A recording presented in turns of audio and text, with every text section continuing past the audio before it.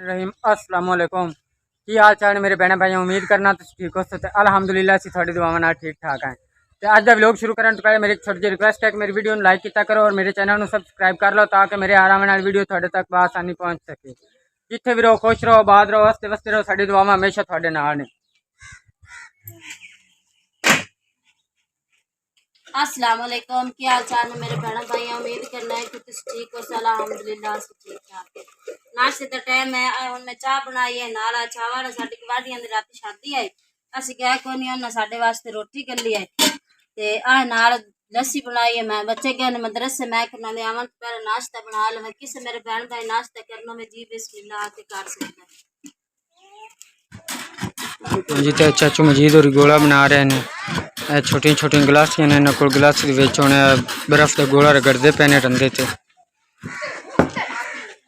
जी बर्फ इन्हें रगड़ ली और चमची छोटी जी हूँ उत्ते कलर पाते पे ने। अज ग्रीन कलर है, गाढ़ा ग्रीन है, डार्क ग्रीन जिन्हों आते इंग्लिश उत्ते गुलाबी कलर पाते पे ने। हाँ जी माशाअल्लाह तो गोला तैयार हो गया जी। तो अज साढ़े को आई है पिंड च बरात, मतलब साढ़े मुहल्ले ही आई है। यह वेखो है माशाअल्लाह दुल्हे की कार सजी हुई है, सादी जी है पर सोहनी लगती पे फिलहाल। तो यह वेखो है उत्ते फुल लगे हुए हैं माशाअल्लाह। तो यह दुल्हे की कार है जी।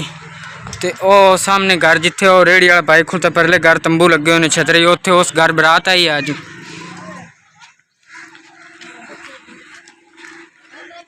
हाँ जी तो बाकी गड्डियां वगैरह वेखो है वड्डी कोस्टर है, मतलब वड्डी एक बस लैन दी ने नाल को दो तीन कारां ते कारां पिछां खड़ोती हैं पिछली साइड ते। ए गड्डी खड़ोती है, ए नाल खड़ोती ने माशाअल्लाह साड़ियाँ जोटियाँ। हाँ जी हुणी तकरीबन थोड़ी देर हो गई है, गाह पट के लैन लिया के तो इन्होंने पाया पावन तो बाद फिर मैं नाता। मैं क्या चलो नहा धो के तो फ्रैश तो हो ही ना। तो ओ वेखो सामने रश है उस दरवाजे ते जेड़ी घर अज बरात आई।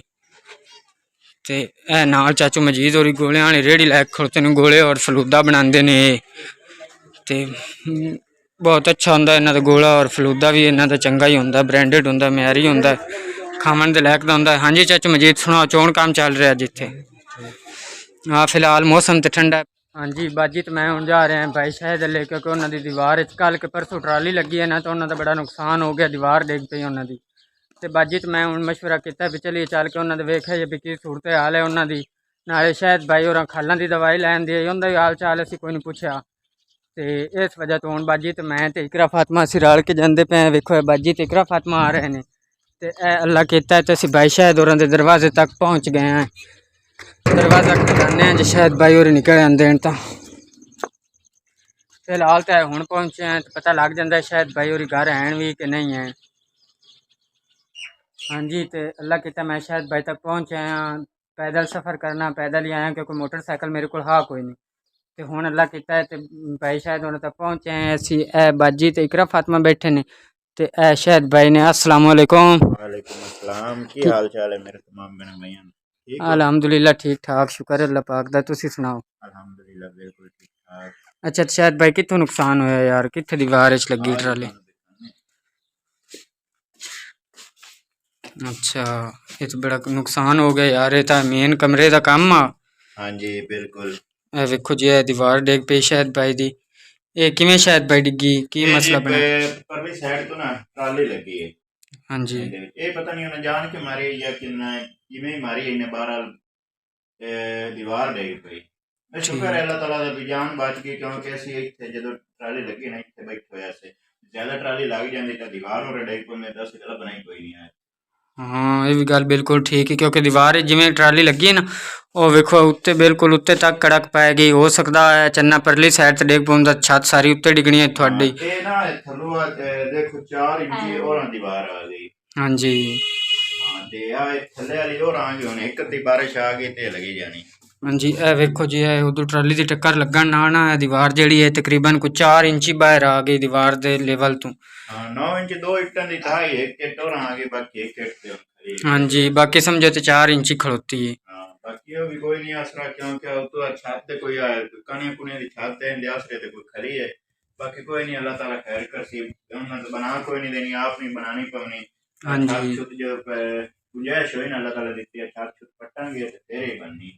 ਠੀਕ ਤੇ ਇਹ ਸ਼ਾਇਦ ਭਾਈ ਤੁਹਾਡੀਆਂ ਛੱਤਾਂ ਵੀ ਬਿਲਕੁਲ ਮੇਰੇ ਰੀਤੀ ਹਨ ਮੈਂ ਵੀ ਇਹ ਟੀਅਰ ਤੇ ਕਾਨੇ ਹੀ ਉੱਤੇ ਪਾਏ ਹੋਏ ਨੇ हाँ नहीं ये तो काफी पुरानी है 15-20 साल हो गए ने सारियां ठीक। छत्तां सारा कौन लगा खड़ोता है सारियां छत्तां एक पार्टियां खड़ोती ਹਾਂ ਮੀਂਹ ਹੁੰਦਾ ਤੇ ਚੌਵੇਂ ਲੱਗ ਜਾਂਦੇ परेशानी बन जाती है वो ऊपर तो नाले है, पास सारा चलता बिल्कुल है कच्चा है ना हां बिल्कुल कच्चा इसलिए ये तो बड़ी बिल्ली परेशानी होगी जब बारिश आ जाए बड़ी टेंशन बनती है एक चिन्ना तो सारा ही घोल लगा पे काने में सारा ही सुराख हो जाने कोई नहीं अल्लाह ताला गुंजाइश दे सी निकला हां पक्का बना दे बड़ा अफसोस है भाई शेर काड़ा कोई नहीं अल्लाह ताला अल्लाह दी जात मेहरबानी की तो चले तो रब दा एहसान है कि जान तो बच गई ने हां जी बिल्कुल कौन अल्लाह दी जात दे सी तो मर दोबारा बना लवे ਗਰੀਬ ਬੰਦਾ ਹੈ ਹੁਣ ਸੱਜੀ ਕਰਕੇ ਖਾਵਣ ਵਾਲਾ ਹੈ, ਹੁਣ ਇਤਨਾ ਨੁਕਸਾਨ ਹੋ ਗਿਆ ਹੁਣੇ ਨੁਕਸਾਨ ਹੈ ਬਿਲਕੁਲ ਜਿਹੜੀ ਇਹ ਦੀਵਾਰ ਹੈ ਨਾ ਇਹ ਤੇ ਹੁਣ ਦੁਬਾਰਾ ਇੱਥੋਂ ਮਤਲਬ ਡੇਗ ਕੇ ਬਣਾਈ ਨਹੀਂ ਜਾ ਸਕਦੀ ਹੁਣ ਇਹ ਸਾਰਾ ਕਮਰਾ ਡੇਗਣਾ ਪਊਸੀ ਤੇ ਉਸ ਤੋਂ ਬਾਅਦ ਨਵੀਂ ਸਿਰੋਏ ਬਣਨਾ ਹੈ हाँ ये दीवार ये टोटल डिगनी छत पहले पटीनी छत पटी की तो दीवार डिगनी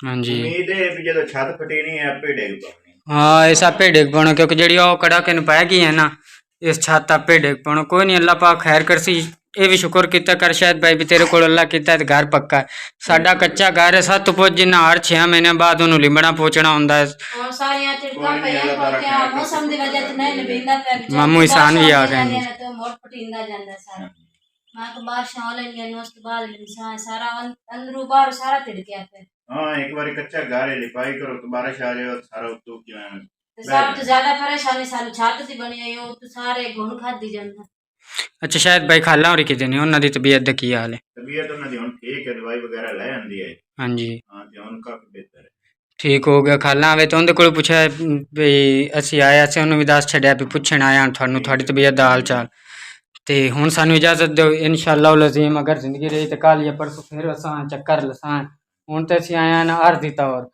ਤੇ ਹੁਣ ਅੱਜ ਦਾ ਵਲੌਗ ਇੱਥੇ ਹੀ ਖਤਮ ਕਰਨਾ ਹੈ ਇਨਸ਼ਾਅੱਲਾ ਲਜ਼ੀਮ ਅਗਰ ਜ਼ਿੰਦਗੀ ਰਹੀ ਤੇ ਕੱਲ ਦੇ ਵਲੌਗ ਵਿੱਚ ਮੁਲਾਕਾਤ ਹੋਸੀ ਖੁਦਾ ਹਾਫਿਜ਼